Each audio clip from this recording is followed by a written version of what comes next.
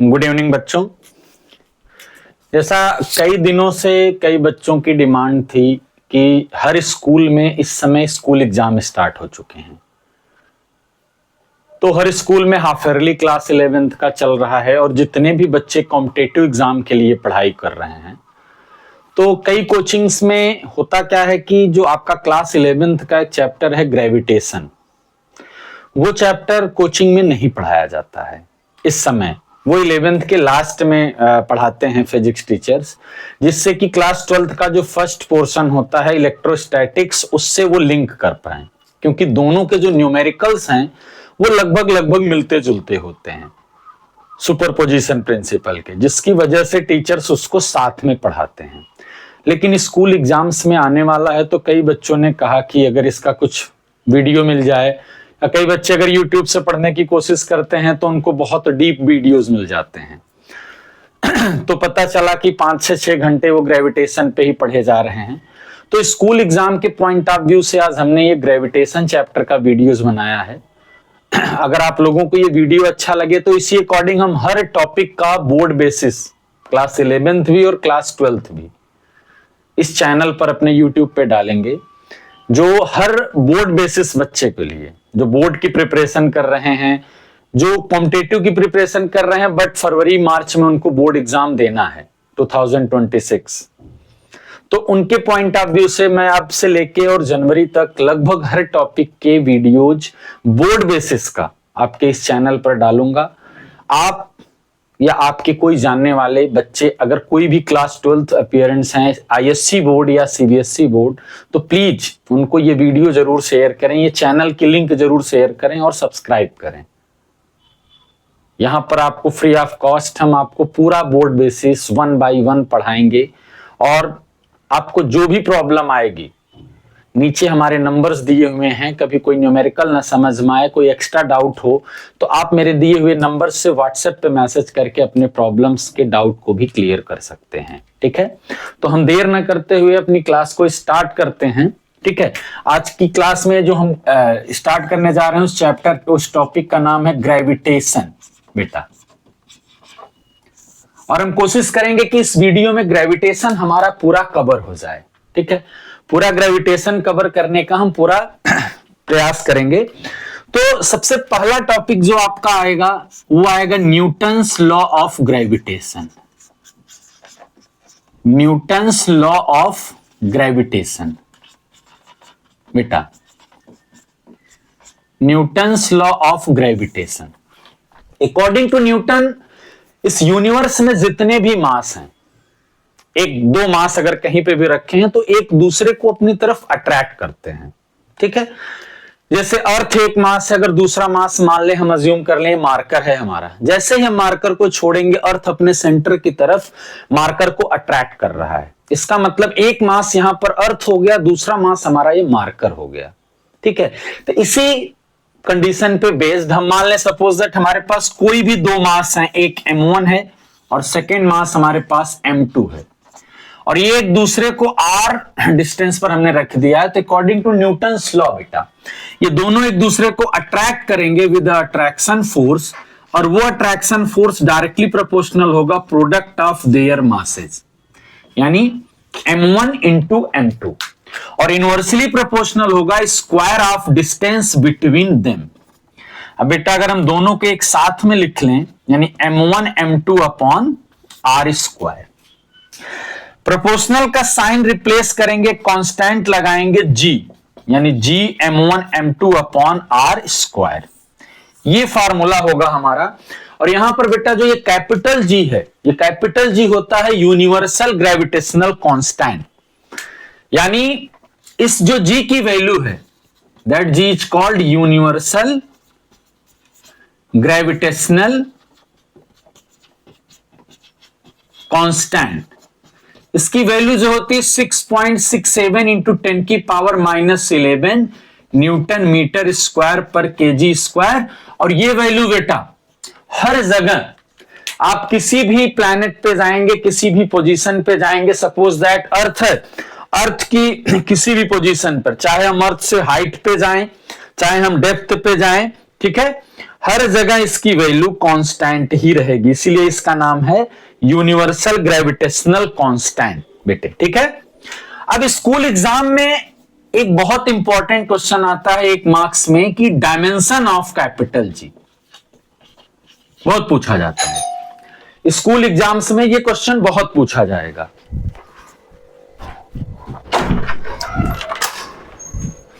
ठीक है बेटा, स्कूल एग्जाम्स में ये क्वेश्चन बहुत बनता है। तो इसकी डायमेंशन अगर हमें निकालनी है तो पहले हम यहां से एक फॉर्मूला निकालें, G is equal to FR square upon M1 into M2। अब यहां से अगर हम देखेंगे तो हमारे पास F यानी फोर्स की डायमेंशन है MLT माइनस 2, R यानी L स्क्वायर अपॉन M1 की भी M, M2 की भी M से M कैंसिल हो गया, तो यहां से हमारे पास डायमेंशन आ गई M माइनस 1, L1 और 2, T माइनस 2। ठीक है, तो यहां से इसकी डायमेंशन आ गई। ये 1 मार्क्स में बहुत पूछा जाता है ये क्वेश्चन। ठीक है, इसके बाद इसी से रिलेटेड अब हम आगे बढ़े तो आती है ग्रेविटेशनल फील्ड। कभी कभी इसका न्यूमेरिकल आ जाएगा भाई, ग्रेविटेशनल फील्ड। अगर हम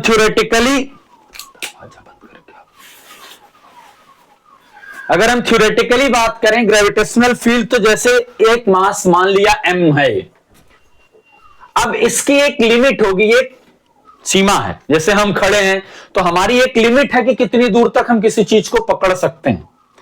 ठीक है, तो हर मास की अपनी एक सराउंडिंग स्पेस में लिमिट है कि कितनी दूर से वो किसी मास को अपनी तरफ अट्रैक्ट कर सकता है। That area that surrounded space is called gravitational field. और कितनी इंटेंसिटी से अट्रैक्ट कर सकता है, that is called intensity of gravitational field, जिसको कि हम I से डिनोट करेंगे। और बेटा ये एक वेक्टर क्वांटिटी है, याद रहे। तो जैसे मान लिया एक m मास है, दूसरा मास m नॉट है, जिसको कि हमने अज्यूम कर लिया कि यहां तक ग्रेविटेशनल फील्ड है, यानी हम m नॉट तक जैसे ही मास को रख रहे हैं, m अपनी तरफ उसको खींच ले रहा है।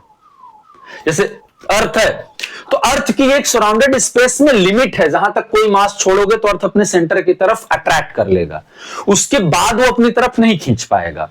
ठीक है, फिर वही बात वो दूसरे गोले का है, यानी दूसरे प्लैनेट की फील्ड में अगर चला जाएगा तो दूसरा गोला उसको अपनी तरफ अट्रैक्ट करेगा, अर्थ अपनी तरफ अट्रैक्ट नहीं कर सकता।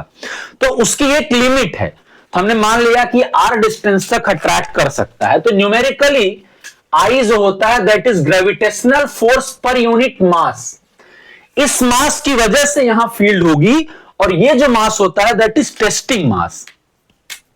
तो F according to Newton's law बेटे G M1 यानी M, M2 यानी M not upon R square multiplied by M not. M not से M नॉट कैंसिल हो गया, I की वैल्यू आ गई GM बाई R स्क्वायर।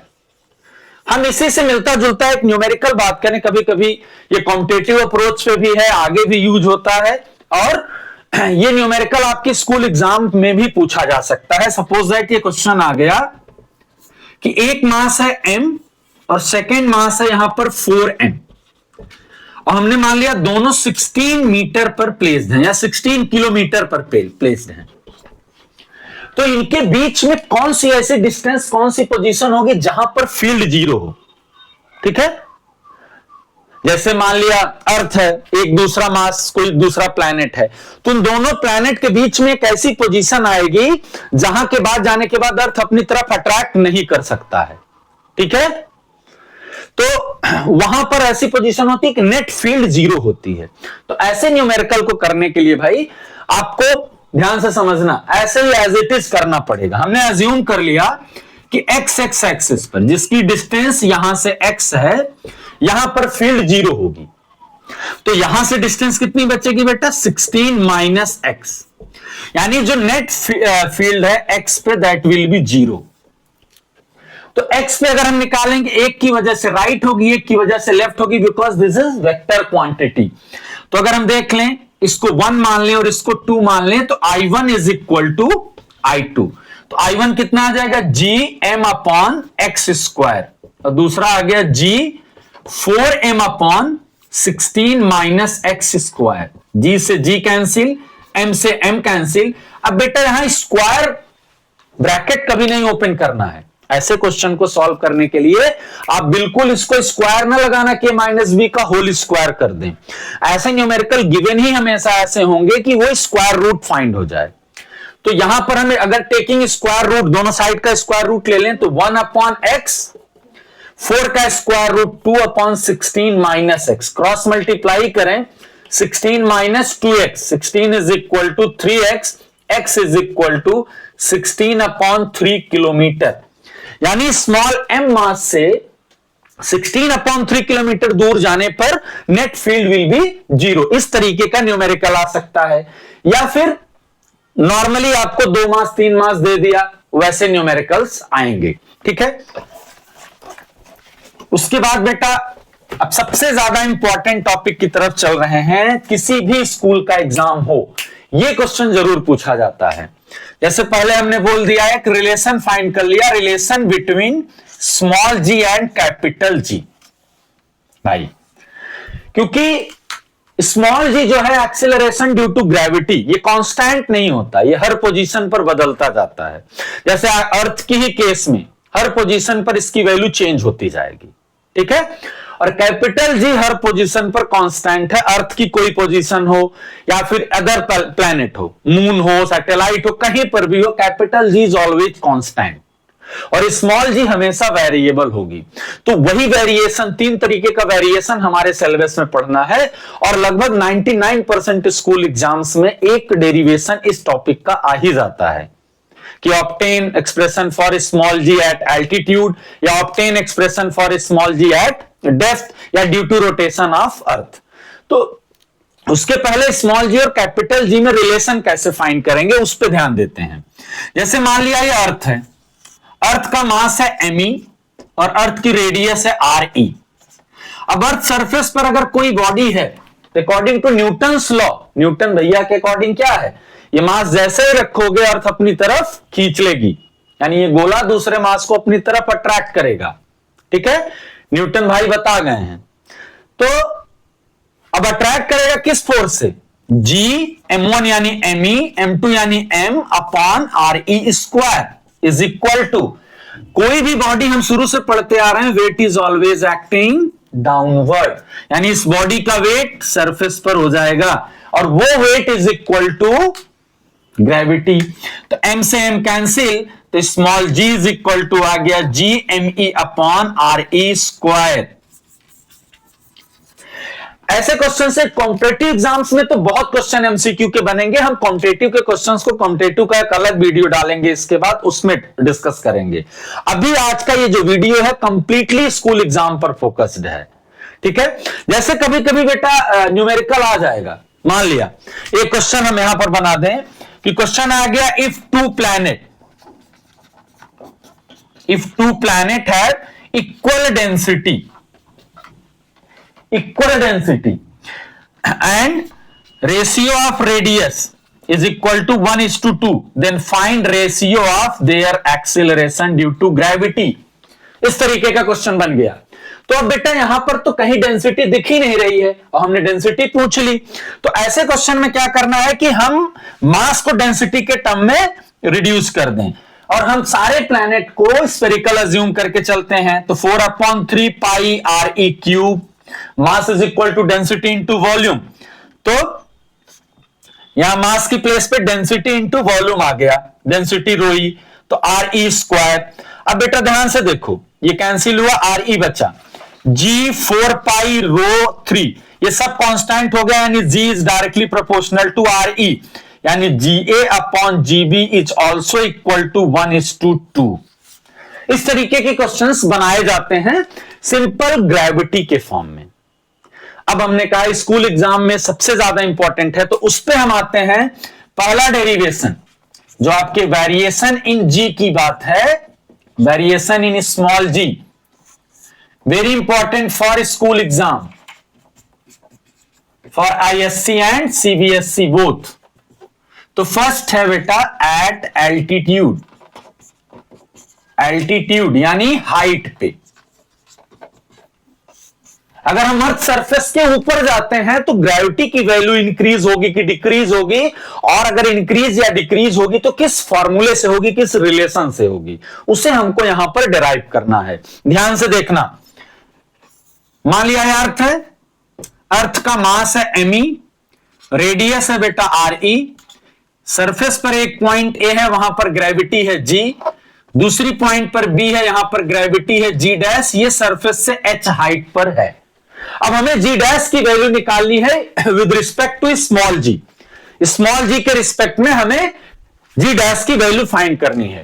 बेटा अगर हम एट ए की बात करें, अभी हम यहां पर पढ़ चुके हैं weight is equal to gravitational force, अगर हम ए पे फाइंड करें तो m g is equal to G M E M by R E square, m से m cancel, we got g is equal to G M E by R E square, equation number 1, right.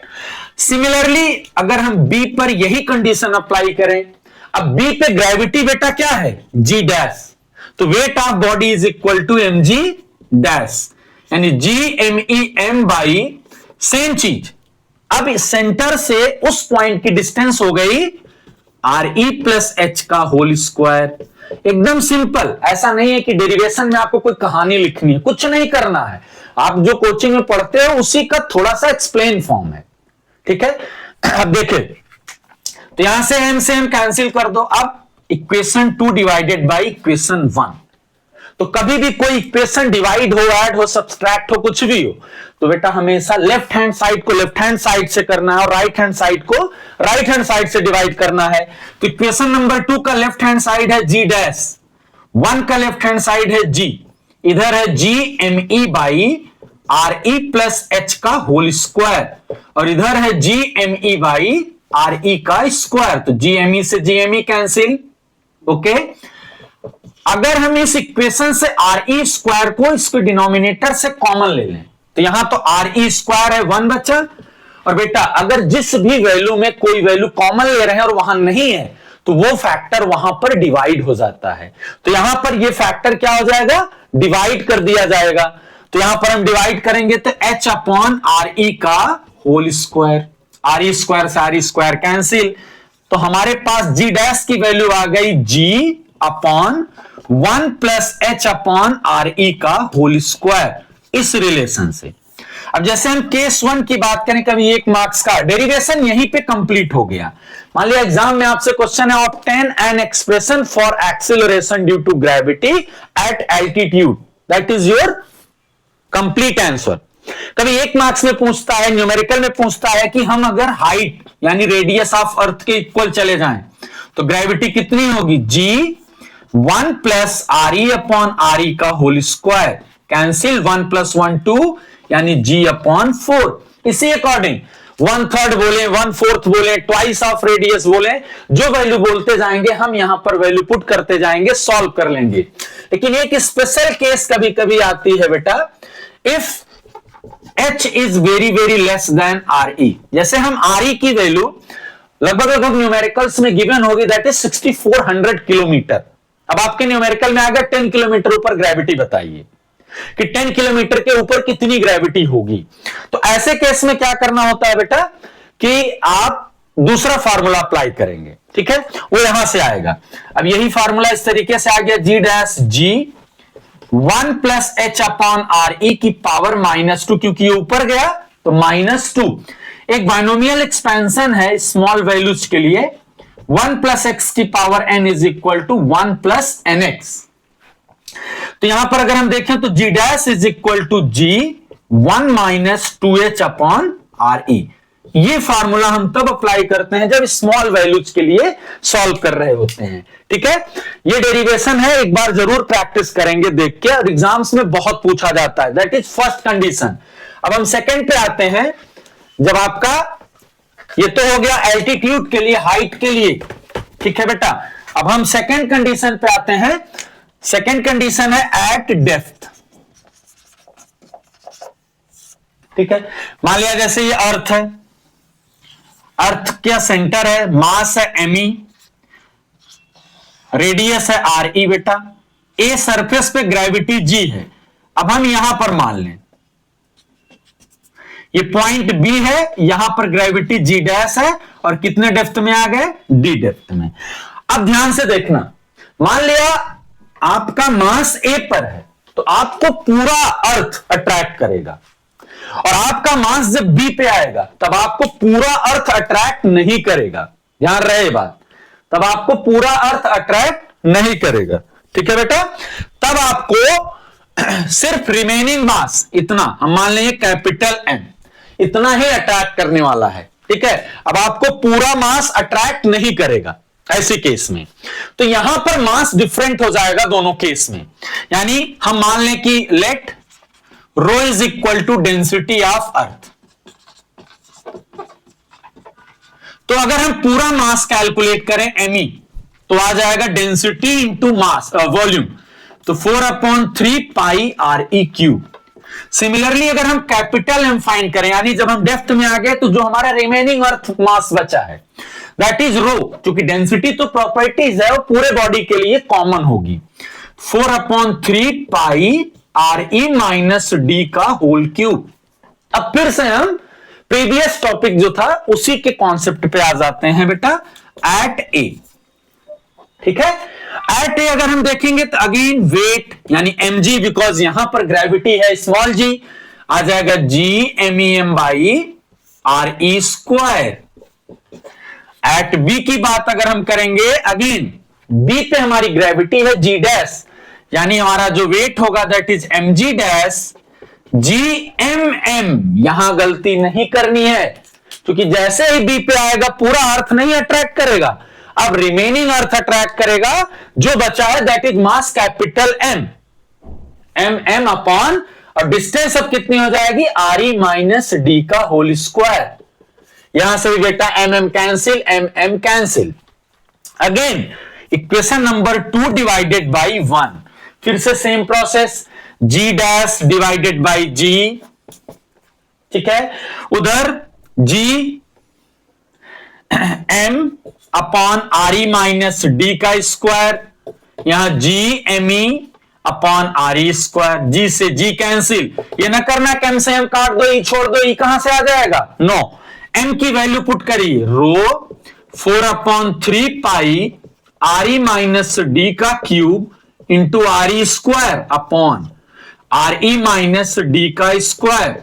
Again M E row 4/3 pi R E cube. अब देखिए रो ये पूरा common, ये square से cube गया, सिर्फ ये बचा, इस स्क्वायर से गया ये बचा, तो g dash upon g is equal to R E minus d upon R E, ये वाला आर ई। अगेन बेटा अगर आर ई कॉमन कर लें तो 1 minus d upon R E upon R E से R E cancel. Again g dash is equal to g 1 minus d upon R E, ये value आ गई हमारी acceleration due to gravity at depth. यानी अगर हम सरफेस से depth D depth में जाएंगे तो हमारी ग्रेविटी की वैल्यू जो आएगी that is 1 minus d upon R E, D means depth. अब मान लिया जैसे एक मार्क्स में आपसे बोल दिया कि सेंटर पे कितना होगी ग्रेविटी, मान लिया केस 1, अगर हम D is equal to R E कर दें तो सेंटर पे आ गए, अर्थ के सेंटर पर देखो, अगर यहां हम वैल्यू निकाल दें तो जी 1 minus R E by R E, cut के 1 आ गया, इट मीन 0। तो सेंटर, अर्थ के सेंटर पर ग्रेविटी 0 होगी। वो कहां से आएगी रखना नहीं है, ऐसे डी को आर ई बाई 2 कर दो, आर ई बाई 4 कर दो, फार्मूले में रखते जाओ, वैल्यू आती जाएगी। तो सेकंड केस हो गई बेटा। ऐसे ही थर्ड केस है अर्थ की रोटेशन के लिए, ग्रेविटी का जो वेरिएशन है हमें 3 पार्ट्स में पढ़ना है। थर्ड केस है due to rotation of Earth, due to rotation of Earth. ये देखिए अर्थ इस तरीके से रोटेट कर रही है इस एक्सिस पर ओमेगा वेलोसिटी से। ठीक है, अब मान लिया कोई भी पार्ट, इसकी रेडियस है आर ई, ये सेंटर है, ये सर्कल नहीं भाई, ये स्फीयर है, याद रखना ये स्फीयर है। ठीक है, जैसे ये है हमारे पास, देखिए ये स्फीयर बॉडी है, जैसे इस तरीके से रोटेट कर रहा है अर्थ, ऐसे ही। ठीक है, अब हमारा कोई मास यहां पर अगर होगा तो देखो, अगर हमने मान लिया एक पॉइंट यहां पर है, point that is point mass. अब जैसे ही अर्थ रोटेट कर रहा है, ये पॉइंट, ये जो पॉइंट होगा ये इसके सर्कल में रोटेट करेगा, ऐसे ऐसे ओ ए बी। यानी इसका जो सेंटर होगा ये होगा मान लिया आर, अगर ये एंगल लेमडा है तो ये एंगल भी लेमडा होगा, ये एम मास है। जब तक अर्थ रोटेट नहीं कर रहा था उसका वेट बॉडी का एफ रियल या वेट रियल कितना था, एम जी।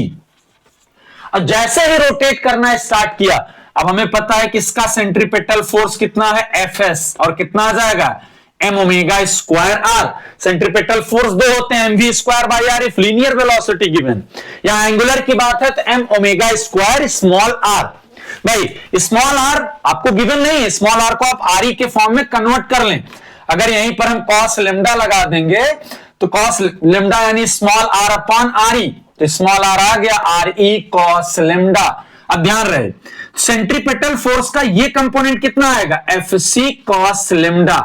अब बॉडी का वेट कितना हो गया भाई, m g dash is equal to real weight minus F C cos lambda.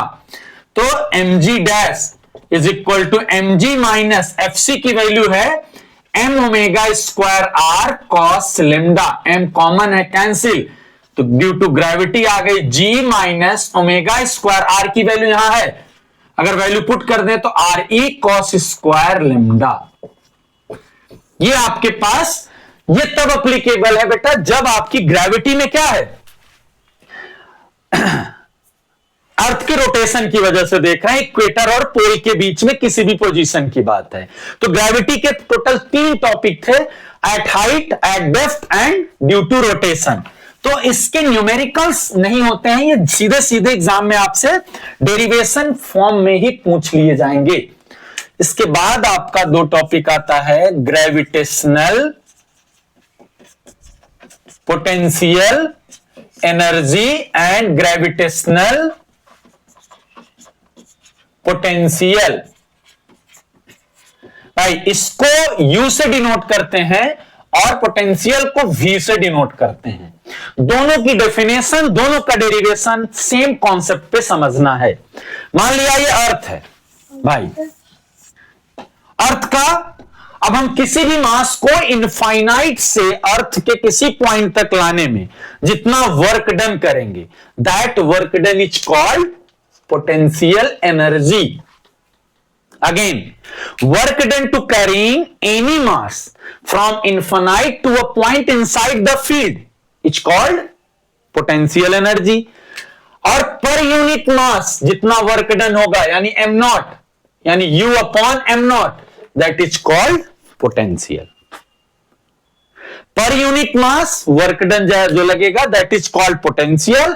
जैसे मान लिया एग्जाम में आ गया कि define potential and obtain an expression, तो आप डिफाइन एक वर्ड में लिख दीजिए कि work done to carry unit mass from infinite to a point called potential. और एनर्जी की बात है तो total work done to carrying any mass from infinite to a point. Clear है? अब इसका डेरिवेशन जरा देखिए ध्यान से, डेरिवेशन थोड़ा सा ट्रिकी है, समझ जाएंगे। एक मास मान लिया m है और इस m नॉट मास को हम इनफिनाइट से उठा के ले आए हैं, और कहां तक ले आए बेटा, r डिस्टेंस तक। ठीक है, r तक फील्ड है, r डिस्टेंस तक ग्रेविटेशनल फील्ड है, तो इसको हम इनफिनाइट से लेके आए हैं। तो बेटा एक फोर्स लग रहा है दोनों के बीच में, अट्रैक्टिव, और कितना है force, G M am not upon R square, यानी G M M naught R की पावर -2। ठीक है, अब यहां पर फोर्स जो आपका है वेरिएबल है, आर के फॉर्म में वेरिएबल है, और जब कोई भी वैल्यू वेरिएबल होती है तो वर्क डन हमेशा इंटीग्रेट करके फाइंड करना पड़ता है। और इंटीग्रेट कैसे करते हैं, पहले आप एलिमेंट्री वर्क डन लेंगे, मान लिया यहां से यहां तक की डिस्टेंस वर्क डन ले लिया dr, तो बेटा डिस्प्लेसमेंट की डायरेक्शन किधर है, इनफिनाइट से ला रहे हैं यानी टुवर्ड्स टू द मास, यानी डिस्प्लेसमेंट और फोर्स की डायरेक्शन कॉमन है, और जब दोनों कॉमन है तो थीटा कितना हो गया, 0 डिग्री। अब हम पहले एलिमेंट्री वर्क डन फाइंड करें तो dw is equal to F D R cos 0, यानी f इंटू dr।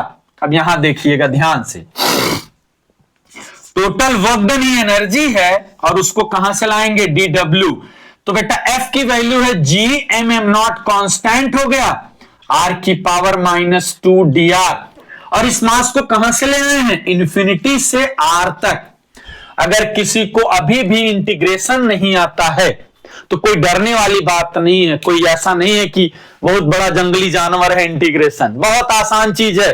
आपको एक पॉइंट याद रखना है, बस सिंगल पॉइंट अभी तक के लिए, x की power n into D x, तो x की पावर n+1 अपॉन n+1। तो इस फॉर्मूले से हम इसे इंटीग्रेट कर देते हैं, तो u is equal to G M M not r की power -2+1 upon -2+1, limit as it is रख दी इंफिनिटी टू r, फिर u is equal to G M M not, यह आ जाएगा -1, तो -1 upon r infinity to r भाई। तो u इज इक्वल टू, ये फॉर्मूला आ गया G M am not upon यहां -1 upon r, minus minus plus infinity की वैल्यू 0 होती है, u का फॉर्मूला आ गया बेटा माइनस के साथ G M am not upon r। अब ये हमेशा याद रहे, फॉर्मूले में हमेशा नेगेटिव लगेगा, उसे हटाना नहीं है आपको, ये याद रखना। हमेशा कोई भी पोटेंशियल एनर्जी फाइंड करेंगे then we take negative sign, और यही पोटेंशियल अगर आएगा तो आपके पास ये फॉर्मूला है यहां u अपॉन एम नॉट, यानी minus G M upon r, ये है फॉर्मूला। मान लिया जैसे अर्थ की केस में हम ले रहे हैं, अर्थ me है, ये है re, अब यहां पर हमें निकालना है, तो u आ जाएगा minus G M E M upon R E, और v आ जाएगा minus G M E by R E, ये हमेशा लगता रहेगा। और कुछ चीजें हैं बेटा, जैसे जब आप न्यूमेरिकल करेंगे तो एक तो न्यूमेरिकल आपके इस पॉइंट से आ जाए, जैसे कभी आ गया इक्विलेटरल ट्रायंगल है, एक मास यहां पर रख दिए m1 m2 m3 और l डिस्टेंस है, बोल दिए कि total potential energy of the system. तो यहां पर जब आप u निकालेंगे भाई तो आएगा जैसे एक पेयर यहां आ गया minus G m1 m2 upon l, फिर यहां m2 m3 minus G m2 m3 upon l, फिर m3 m1 minus G m3 m1 upon l। तो इंडिपेंडेंट पेयर लेंगे।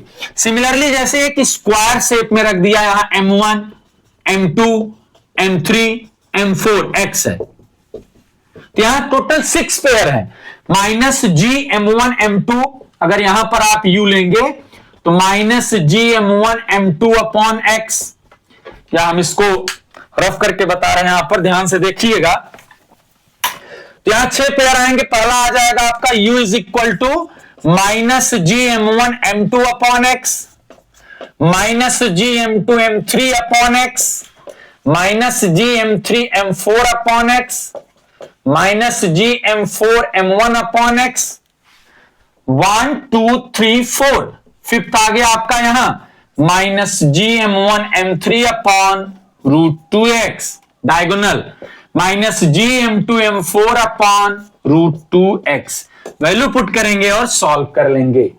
तो पोटेंशियल एनर्जी में कहीं पे भी इंडिपेंडेंट दो मास हैं तो आपको टोटल फाइंड करना पड़ेगा, ठीक है। जैसे हम एक न्यूमेरिकल की बात करें, इससे रिलेटेड एक तो इस तरीके से क्वेश्चन आएगा। अगला न्यूमेरिकल आपसे पूछा जा सकता है, जैसे ये अर्थ सरफेस है, ध्यान देना, अर्थ का मास है me, रेडियस है re, यहां से एक पार्टिकल को हमने वर्टिकली अपवर्ड थ्रो कर दिया और ये बोल दिया कि कितनी हाइट कवर करेगा, यानी जब वो मैक्सिमम हाइट पे जाएगा भाई तो वहां पर वेलोसिटी क्या हो जाएगी। जैसे छोटी सी बात, मार्कर फेंका अपवर्ड, मैक्सिमम पोजीशन पे वेलोसिटी विल बी 0। अब न्यूमेरिकल आ गया फाइंड हाइट, या कभी कभी दे दिया find required velocity to gain height equal to radius of अर्थ। तो कभी वेलोसिटी पूछ सकते हैं, कभी रेडियस पूछ सकते हैं, सॉरी हाइट पूछ सकते हैं। तो ऐसे न्यूमेरिकल में आपको बस मान लिया A point B point, according to law of conservation of energy, तो क्या हो जाएगा, total energy A is equal to total energy at B. अब ए पर जब हमारा मास एम ए पर था, अभी थ्रो नहीं किए हैं, तो थ्रो कर रहे थे, एक वेलोसिटी तो यहां पर है हाफ mv², दूसरी है पोटेंशियल एनर्जी, अभी तक हम पोटेंशियल एनर्जी पढ़ रहे थे mgh, ग्रेविटेशन में potential energy means minus Gm1m2 upon r। तो यहां m1 क्या है, अर्थ है, और माइनस ही लगेगा, m2 है m upon R E is equal to maximum point पे velocity will be zero, it means kinetic energy is also zero. तो पोटेंशियल बची minus Gmem by R E plus h. और इसके अकॉर्डिंग हम अगर velocity unknown होगी तो velocity इस इक्वेशन से सॉल्व कर लेंगे, हाइट अननोन होगी तो हाइट सॉल्व कर लेंगे। ठीक है, तो चौथा टाइप का न्यूमेरिकल, इसमें वैल्यूज देके पूछ सकते हैं। इसके बाद का जो कॉन्सेप्ट है that is escape velocity. Escape velocity नाम से ही समझ में आ जाना चाहिए। स्केप वेलोसिटी यानी हम किसी भी प्लैनेट से किसी बॉडी को अपवर्ड डायरेक्शन में थ्रो कर दें तो वो उसके बाहर चला जाए, रिटर्न ना आए। जैसे अर्थ सरफेस है, अगर हम किसी पार्टिकल को अर्थ सरफेस से वर्टिकली अपवर्ड फेंक दें तो हमारी ग्रेविटी के बाहर चला जाए, यानी दूसरे गोलक पहुंच जाए। हम फील्ड के बाहर फेंकते हैं, जो दूसरे फील्ड में जाएगा वो अपनी तरफ अट्रैक्ट कर लेगा। क्लियर है?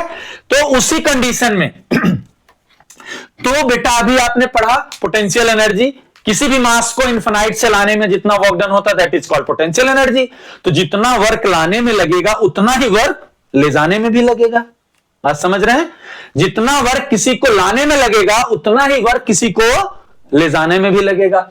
तो u escape is equal to minus u, लेकिन डायरेक्शन बदल जाएगा।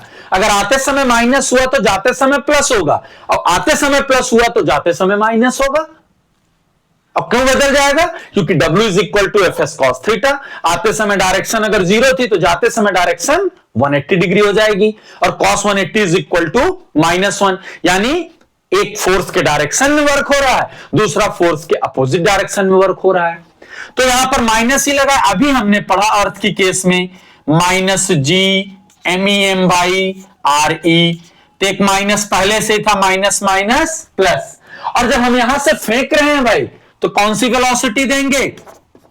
Kinetic energy VE। VE means escape velocity is equal to Gmem by R E, m से m cancel, VE square is equal to 2Gme by R ई।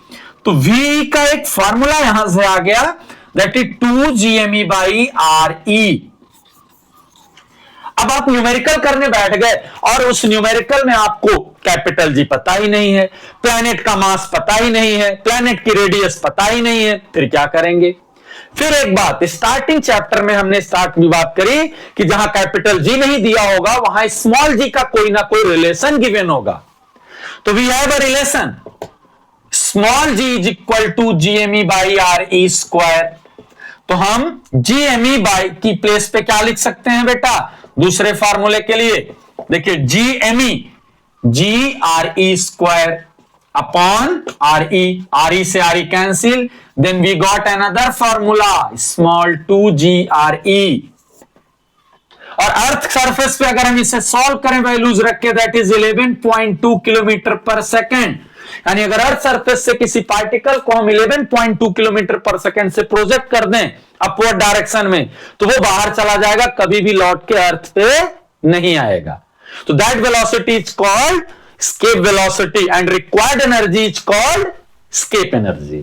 ठीक है, अब ऐसे questions कभी एक मार्क्स में बना दें अगर हम, if two planets A and B having density rho A is equal to 2 rho B and RA is equal to half of radius, then find their escape velocity VEA upon VEB।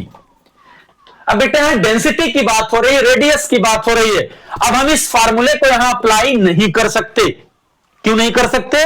क्योंकि यहां small जी है और small जी हर planet पे constant नहीं होता, लेकिन यहां radius की बात कर रहे हैं, यहां वेलोसिटी की बात कर रहे हैं। ऐसे में हम इस फॉर्मूले को कन्वर्ट कर सकते हैं VE is equal to 2 upon RE G, और मास को बदल दो density into 4 upon 3 pi RE cube, ये कैंसिल हुआ स्क्वायर हो जाएगा, यानी VE is directly proportional to the under root rho RE square. ठीक है। अब हमारे पास VA अपॉन VB आ गया, under root rho A upon rho B multiplied by RA upon RB का होल स्क्वायर। अब वैल्यू यहां पुट कर दें, क्योंकि RA upon RB is 1 upon 2 and density A upon 2 is equal to 2। Value put करेंगे, numerical solve हो जाएगा। अब ये देखना पड़ेगा न्यूमेरिकल करते समय स्केप वेलोसिटी का न्यूमेरिकल है तो किस अकॉर्डिंग है। इसका ही एक और न्यूमेरिकल पहले हम और देख लें, उसके बाद आगे बढ़ते हैं ऑर्बिटल की तरफ। जैसे एक न्यूमेरिकल आया, if a body is projected vertically upward with a velocity half of escape, then find attained height by the body। यानी अर्थ सरफेस है, मास अर्थ का me है, रेडियस RE है, हम इसको प्रोजेक्ट कर दिए हाफ ऑफ स्केप से, कितनी हाइट पे जाएगा तो हमने अज्यूम कर लिया h जाएगा, यहां वेलोसिटी 0 हो गई। अब हमें बतानी है कितनी हाइट अटेंड करेगा हमारा पार्टिकल। अभी इसके पहले हमने बात करी, ऐसे न्यूमेरिकल में हमेशा आपको क्या लगाना है, law of conservation of energy. जैसे यहां पर है half mv square minus GMEM by RE, maximum height पे पहुंचा तो minus GMEM by RE plus h, m cancel, v की वैल्यू क्या है v बाई 2, और स्क्वायर करके रखेंगे तो v स्क्वायर बाई 4 2 जा 8 is equal to minus GME by RE plus h, ये उधर गया प्लस GME बाई RE। अभी कुछ ना करी, अभी आपने इसके पहले v का एक फॉर्मूला पढ़ा, v is equal to under root 2 GME by RE। सारी वैल्यू यहां पर आपको पता है, उठा के पुट कर दीजिए बेटा, v स्क्वायर कर देंगे 1 by 8 2 GME by RE is equal to this, तो GME 2 4 जा 8 1 upon 4 RE is equal to minus 1 upon RE plus h। इसको भी इधर ही ले आओ माइनस करके 1 अपॉन RE। अब इसको सॉल्व कर दें तो 4 RE, देखिए इधर ये माइनस ही रह गया, ये माइनस नहीं ये प्लस है, ये प्लस है, ये इधर आया तो माइनस, तो minus 4 RE plus RE upon 4 RE square, यानी minus 3 RE upon 4 RE square cancel, तो आ गया हमारे पास minus 3 upon 4 RE is equal to minus 1 upon RE plus h, minus minus plus cross multiply 3 RE 3h 4 RE उधर गया तो RE is equal to 3h, यानी h is equal to RE by 3, 1/3 of radius of earth. मतलब आपसे school exams में ऐसे भी numericals आएंगे जिसमें कैलकुलेशन कम होगी, ठीक है, वैल्यूज न देखे कि हम इतने 1000 किलोमीटर से फेंकें, इतने हाइट तक गए। ऐसे क्वेश्चन में क्या है कि हमारा एस्केप वेलोसिटी भी यूज हो गया, कंजर्वेशन ऑफ एनर्जी भी यूज हो गया, पोटेंशियल एनर्जी भी यूज हो गई, हाइट में भी पोटेंशियल एनर्जी यूज हो गई, तो इस तरीके का भी क्वेश्चन मिक्सअप में आ सकता है। इसके बाद अब हम इस चैप्टर के लास्ट टॉपिक की तरफ बढ़ रहे हैं। अब सैटेलाइट की केस में केस कंडीशन आएगी ऑर्बिटल वेलोसिटी, यानी ये पहले से पता है कि जितने भी सैटेलाइट हैं वो प्लैनेट के तरफ चारों तरफ घूमते हैं। हम मान लेंगे यहां पर सर्कुलर ऑर्बिट में घूम रहे हैं, तो जिस वेलोसिटी से, मान लिया अर्थ है, earth is a planet, close orbit में एक पार्ट सैटेलाइट है mv0, जिस वेलोसिटी से वो घूमेगा that velocity is called orbital velocity. फिर से सॉल्व करना है बेटा, यहां पर अभी ये सराउंडिंग स्पेस में घूम रहा है, तो भाई सेंट्रीपेटल फोर्स कितना लगेगा, mv0 स्क्वायर बाई RE, और gravitation force GMEM by RE square, m से m कैंसिल, RE से RE, तो v0 आ गया under root GME by RE। किसी भी सैटेलाइट का ऑर्बिटल वेलोसिटी हम इस फॉर्मूले से फाइंड कर सकते हैं। लेकिन फिर एक क्वेश्चन आ गया, अब वहां पर स्मॉल जी गिवन है, कोई प्लैनेट है, उसका मास रेडियस न देके स्मॉल जी दे दिया, फिर क्या करेंगे, फिर वही बात GME इज इक्वल टू भाई GRE स्क्वायर, अगर वैल्यू पुट कर देंगे then we got GRE square upon RE cancel, V0 is equal to under root GRE, तो हमारे पास फिर दो फॉर्मूले आ गए। कभी अगर किसी सैटेलाइट का टाइम पीरियड पूछें तो T is equal to 2πr/v0। ठीक है, डेंसिटी पूछे वो भी निकाल सकते हैं। क्लियर। अब आपसे कभी 1 मार्क्स की बात आ गई, दोनों का रिलेशन बोल दें, स्केप एंड ऑर्बिटल। अभी हमें पता है स्केप यानी √2GRE और ऑर्बिटल यानी √GRE। अगर हम दोनों को डिवाइड कर दें भाई तो क्या आ गया, √2, यानी VE is equal to √2 times orbital velocity. तो इस फार्मूले से हम फाइंड कर सकते हैं आराम से। ठीक है। इसके बाद लास्ट टॉपिक है आपका, आप जब नूतन बुक उठाते हैं, ISC का हो या CBSE का बच्चा हो, तो नूतन बुक में पहला टॉपिक है। और अभी हम जब आपको आज पढ़ाना स्टार्ट किए तो हम आज इस चैप्टर का लास्ट टॉपिक आपको पढ़ा रहे हैं, that is Kepler's law of planetary motion. Kepler भैया ने 3 लॉ दिए, उनके लॉ के अकॉर्डिंग फर्स्ट लॉ का नाम जो है that is law of orbit. ये बताए कि जितने भी यूनिवर्स में प्लैनेट हैं, ये देखो ये क्या है, सन। तो जितने भी प्लैनेट हैं बेटा वो सन के चारों तरफ इलिप्टिकल पाथ में रिवॉल्व करते हैं। जैसे ये इलिप्टिकल पाथ का ये मेजर एक्सिस हो गया, दैट इज माइनर एक्सिस। अगर कभी कभी न्यूमेरिकल में दोनों एक्सिस गिवन है then r is equal to a+b/2, और अगर नहीं गिवन है, सिंगल डिस्टेंस दी है, then we got r is equal to जो वैल्यू गिवन होगी। ठीक है, तो पहला लॉ था जो इनका ऑर्बिट, लॉ ऑफ ऑर्बिट के अकॉर्डिंग कोई भी प्लैनेट सन के चारों तरफ रिवॉल्व करता है इन इलिप्टिकल पाथ। पाथ कैसा होगा, इलिप्टिकल। दूसरे एरिया उसका नाम है लॉ ऑफ एरिया, इनका डेरिवेशन भी पूछ सकते हैं। सेम चीज, अब सन के चारों तरफ रिवॉल्व कर रहे हैं कोई भी प्लैनेट, ए से कहां आ गए, बी पर, रेडियस r ही है, ये डेल्टा r रिवॉल्व कर रहे हैं ऐसे। तो इनके according law of area, aerial velocity is equal to constant. भाई एरियल वेलोसिटी का मतलब है अगर कोई प्लैनेट 10 सेकंड में 2 मीटर स्क्वायर ट्रेवल किया तो अगले 10 सेकंड में भी 2 मीटर स्क्वायर ही ट्रेवल करेगा, यानी dA/dt रिमेन्स कांस्टेंट।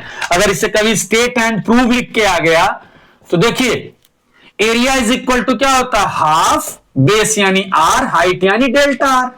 अगर हम इसे डिफरेंशिएट कर दें टाइम के रिस्पेक्ट में तो r/2 कांस्टेंट, डेल्टा r/Δt। और डेल्टा r/Δt क्या होता है बेटा, वेलोसिटी, क्योंकि देखो r गैप है। और अगर इसमें हम m से मल्टीप्लाई कर दें दोनों तरफ तो कोई इफेक्ट किसी फ्रैक्शन में नहीं पड़ने वाला। और ये देखो ऊपर लिखी क्वांटिटी कुछ बता रही है कि मैं भी कुछ हूं, mvr मतलब एंगुलर मोमेंटम। और अगर थोड़ा सा दिमाग घुमाइए, L2m कांस्टेंट ही है क्योंकि 2 तो कांस्टेंट है, m is mass of planet. अब अगर अर्थ सन के चारों तरफ घूम रही है तो हर जगह मास थोड़ी ना बदलेगी, मास तो सेम रहेगा। L आपने रोटेशन चैप्टर में पढ़ा कि external torque will be 0 then angular momentum remains constant according law of conservation of angular momentum. ठीक है, तो उस लॉ के अकॉर्डिंग अब अर्थ को घुमाने के लिए तो कोई मोटर हमने लगा नहीं रखी है कि एक्सटर्नल टॉर्क दिया, हमारी पृथ्वी चारों तरफ घूम रही है, यानी यहां अर्थ को हमने कोई एक्सटर्नल टॉर्क सप्लाई नहीं किया है। तो if external torque will be 0 then angular momentum remains constant, तो पूरी वैल्यू हो गई हमारी भैया कांस्टेंट। और थर्ड लॉ आया लॉ ऑफ पीरियड, तो ये आया टाइम पीरियड, यानी एक चक्कर पूरा करने में लगने वाले टाइम का square is directly proportional to r³। अब यही बात है, अगर दोनों एक्सिस दी होगी तो यहां से निकाल लेंगे, एक ही वैल्यू दी होगी तो r हम उसी को मान लेंगे। अब इसका डेरिवेशन कैसे करेंगे, हमने मान लिया ये सन है, सन का मास है भैया ms, r दे दिया, प्लैनेट का मास है m, ये v वेलोसिटी से रोटेट कर रहा है। इलिप्स और सर्कल में बहुत अंतर नहीं, तो हम इसको अज्यूम कर लेंगे कि सर्कुलर पाथ पर रिवॉल्व कर रहा है।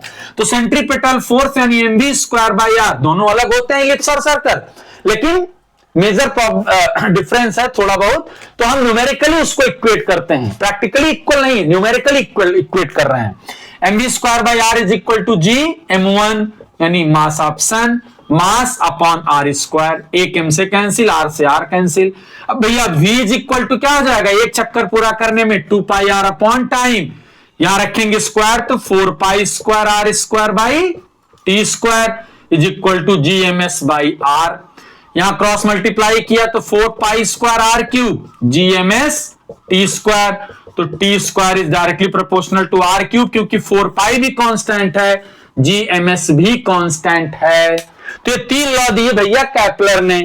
पहला law of orbit, electrical path, दूसरा law of area, aerial velocity constant, तीसरा law of period, T square is directly proportional to the R cube. तो इस अकॉर्डिंग आपका जो भी एनसीईआरटी बेस्ड सीबीएसई या आईएससी बोर्ड में क्लास 11th में ग्रेविटेशन में इतने ही टॉपिक हैं, ठीक है। तो आपको फिर से मैं एक बार ओवरऑल व्यू बता दूं, न्यूटन्स लॉ ऑफ ग्रेविटेशन हो गया। ग्रेविटेशन में आपको डेरिवेशन रिवाइज करना है ग्रेविटी का, तीनों कंडीशन में, हाइट पे, डेप्थ पे और फिर रोटेशन की वजह से। दूसरा आपको potential and potential energy. Third point escape velocity, orbital velocity and Kepler's law. इतनी चीजें पढ़ ली। उसके बाद एक टॉपिक और कभी कभी मिल जाएगा भाई, बाइंडिंग एनर्जी ऑफ सैटेलाइट, ठीक है। अब या दूसरी चीज जो बाइंडिंग एनर्जी होगी वो हमेशा माइनस ऑफ टोटल एनर्जी होगी।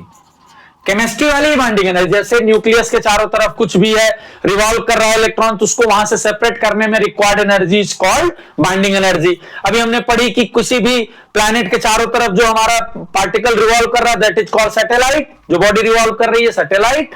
अब सैटेलाइट को उस ऑर्बिट से हटाने में जितना वर्क डन लगेगा that is called binding energy. तो पहले हम टोटल एनर्जी तो फाइंड करें, तो total energy is equal to kinetic plus potential, and potential is always negative, यानी minus G M E M by R E. और अभी हमें पता है वी नॉट की value under root G M E by R E. अगर put कर दें यहां पर तो total is equal to half M square हुआ भैया, root cancel, minus G M E M by R E. अगर यहां से देखें G M E M by R E को कॉमन ले लें, यहां बच्चा 1/2 -1 माइनस में आ जाएगा, यानी minus G M E M by 2 R E, that is total energy of satellite. कभी न्यूमेरिकल में टोटल बोला तो ये फार्मूला लगेगा, और बाइंडिंग बोला तो यही माइनस हो जाएगा, और माइनस हटके G M E M by 2 R E. तो न्यूमेरिकल एनर्जी से रिलेटेड किसी भी टॉपिक से आ सकता है, और थ्योरेटिकली पोर्शन ये आपकी पूरी ग्रेविटी का चैप्टर रहा, ठीक है। अगर आपको ये वीडियो में ग्रेविटेशन चैप्टर समझ में आ गया हो तो एक बार जरूर अपने जानने वाले जो भी क्लास 11-12 के उनको जरूर इस आईडी को शेयर करें, क्योंकि अपकमिंग मंथ तक, जनवरी तक हम क्लास 11th और 12th का हर टॉपिक का वीडियो ऐसे ही आपको देंगे। और अगर आपको किसी भी टॉपिक में स्पेशली कोई भी डाउट लगे या आपका कोई सजेशन हो तो प्लीज दिए हुए नंबर्स पे व्हाट्सएप करके आप हमें सजेस्ट कर सकते हैं। और अगर अच्छा लगे वीडियो तो जरूर शेयर करें और चैनल को सब्सक्राइब करें, जिससे और किसी जानने वाले को भी भेजें, जिससे किसी और चाहने वाले का भला हो सके, ठीक है। हमारी मुहिम सबको फ्री में फिजिक्स पढ़ाने की है। आने वाले कुछ दिनों में हम सारे टॉपिक को बोर्ड लेवल पर पहले डालेंगे, उसके बाद नीट और जेईई टारगेटेड पूरे के पूरे टॉपिक के वीडियोस आपको इस चैनल पर फ्री ऑफ कॉस्ट फिजिक्स के मिलने वाले हैं। Thank you.